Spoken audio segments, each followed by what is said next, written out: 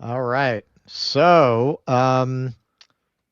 this is another major part of the Trump economic agenda. Trump came out and announced his plan for tariffs, and China, Mexico, and Canada were not very happy about it. Officials in China, Mexico, and Canada criticized Tuesday a pledge made by President elect Donald Trump on social media to impose new tariffs on all three of the United States' largest trading partners on the first day of his presidency. Trump said the move, which appears to violate the terms of a free trade deal Trump signed into law in 2020, is aimed at clamping down on drugs, fentanyl especially, and migrants crossing into the U.S. illegally. So let's see what our illustrious president elect had to say. As everyone is aware, thousands of people are pouring through Mexico and Canada, bringing crime and drugs at levels never seen before. Right now, a caravan coming from Mexico, composed of thousands of people, seems to be unstoppable in its quest to come through our currently open border. On January 20th, as one of many first executive orders, I will sign all necessary documents to charge Mexico and Canada a 25% tariff on all products coming into the United States and its ridiculous open borders. This tariff will remain in effect until such time as drugs, in particular fentanyl, and all illegal aliens stop this invasion of our country. Both Mexico and Canada have the absolute right and power to easily solve this long simmering problem. We hereby demand that they use this power, and until such time as they do, it is time for them to pay a very big price. I am grabbing Canada by the pussy. So, so coming in with a bang. There was quick pushback to Trump's comments from all three countries. Liu Pengyu, a spokesperson for the Chinese embassy in Washington, said, "No one will win a trade war or a tariff war. And the idea of China knowingly allowing fentanyl precursors to flow into the United States runs completely counter to facts and reality." Mexico's finance ministry said in a statement the U.S. Mexico Canada agreement, a trade pact Trump sponsored during his first term, provided certainty for investors. Quote, "The response to one tariff will be another until we put at risk companies that we share," Mexico's President Claudia Sheinbaum said, naming General Motors and Ford among others. Scheinbaum said her comments, read aloud in a press conference, were sent in a letter to Trump. Doug Ford, the premier of Ontario, Canada's most populous province, said the tariffs would be, quote, "devastating to workers and jobs in both the U.S. and Canada." A tariff is effectively a tax imposed by one country on the goods and services imported from another country. Oil is the top U.S. import from Canada, according to the U.S. Energy Information Administration. The largest category of goods imported to the U.S. from Mexico is cars and components for cars. The U.S. imports a significant amount of electronics from China. Some goods are exempt from tariffs because of the U.S. Mexico Canada agreement. Trump used trade threats as a negotiating tactic during his first term. He slapped tariffs on billions of dollars of Chinese made goods. Trump had hoped to secure a new trade deal with China, but those plans fell apart with the arrival of the coronavirus pandemic in 2020. It's unclear whether Trump will follow through on his new tariffs pledge, but imposing tariffs on U.S. trading partners was a central theme of Trump's economic agenda outlined during his presidential campaign. He appears to believe they will protect U.S. jobs, raise tax revenue, and lead to a domestic manufacturing renaissance. Many economists warn the tariffs drive up inflation and lead to higher interest rates.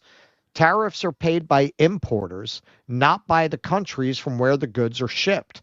Importers typically pass those costs along to consumers by raising the price of each product, making them more expensive. Quote, "Trump got elected to lower the price of groceries. This and deportations will send grocery prices through the roof," said Bill Penzi, the owner of retailer Penzi's Spices, in emailed comments sent before Trump's announcement.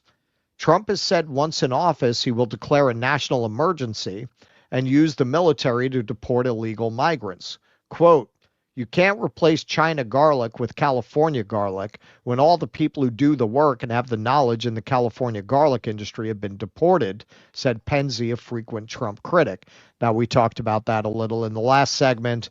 We are skeptical that they're going to deport those farm workers.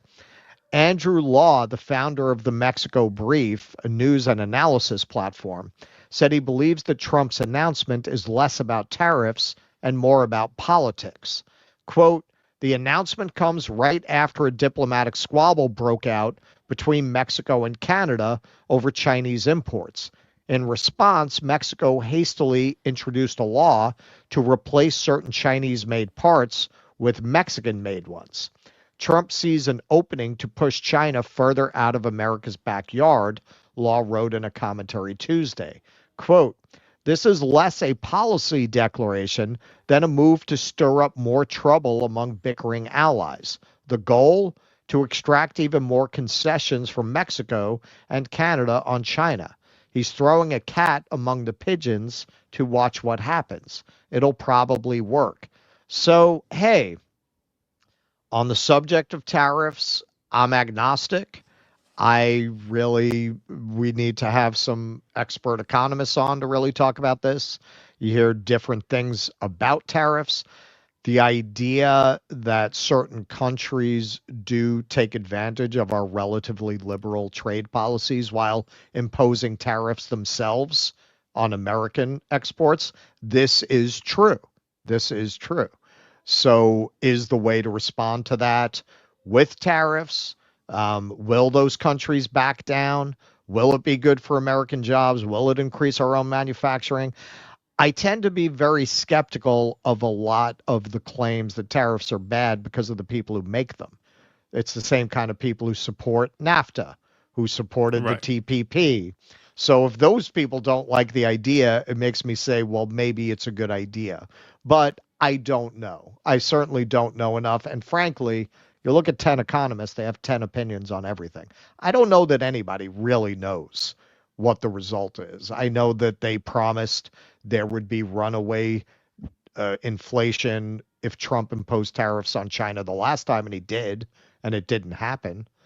Now, if he went ahead on day one and did what he's threatening to do here, yeah, I would imagine it would cause economic instability. But the guy at the end suggests he's doing a New York real estate thing here. Hey, these guys are fighting. Let's make them fight a little more. Let's see what happens.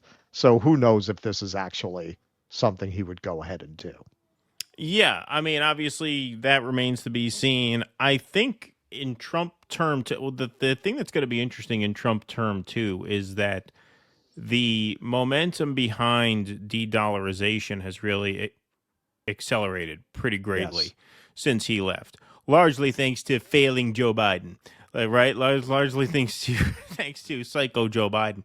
And so the extent to which countries are going to feel that they need to play ball with us, right? I think that is a question. I think that really affects your standing in a negotiation.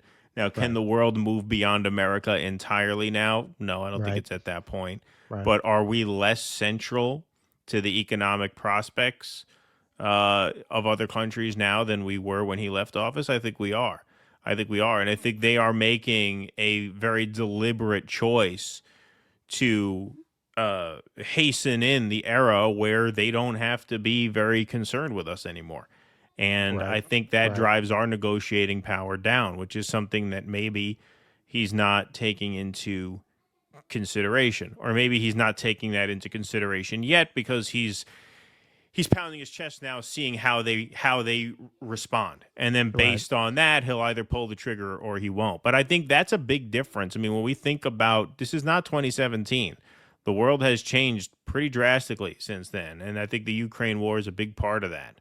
I think, to a slightly lesser extent, I think our support for the Gaza genocide is a part of that too. People want less to do with and us. threatening our allies with sanctions And threatening if they the allies support with the sanctions. ICC. That's the other thing. Trump is going to sanction the ICC, and now you have very, very high profile figures in our government suggesting that we make our allies pay a price for upholding international law.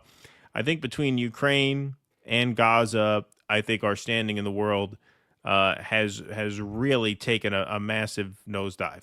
And that, I think, has an influence on the extent to which countries want anything to do with us. Can they afford to shut us out entirely? Not yet.